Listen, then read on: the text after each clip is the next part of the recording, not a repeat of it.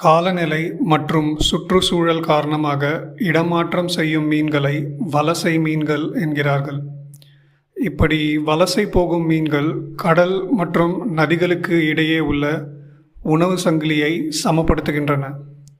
Salmon, சார்டின், டூனா, yields மற்றும் herring வகை மீன்கள் இப்படி வலசை போவதை வழக்கமாக கொண்டிருக்கின்றன.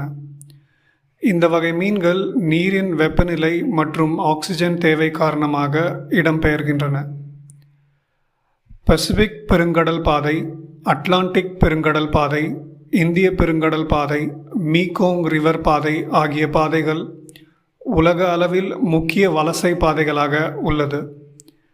வலசை மீன்களை பாதுகாக்க சர்வதேச உடன்படிக்கைகள், மரைன் புரொடெக்டட் ஏரியா எனும் கடல் பாதுகாப்பு மண்டலங்கள், ஒழுங்குபடுத்தப்பட்ட மீன்பிடி முறைகள் போன்ற பல்வேறு முயற்சிகள் எடுக்கப்பட்டாலும் சட்டவிரோதமான மீன்பிடிப்பு போன்ற செயல்பாடுகளால் வலசை மீன்கள் பாதிப்புக்கு உள்ளாகின்றன.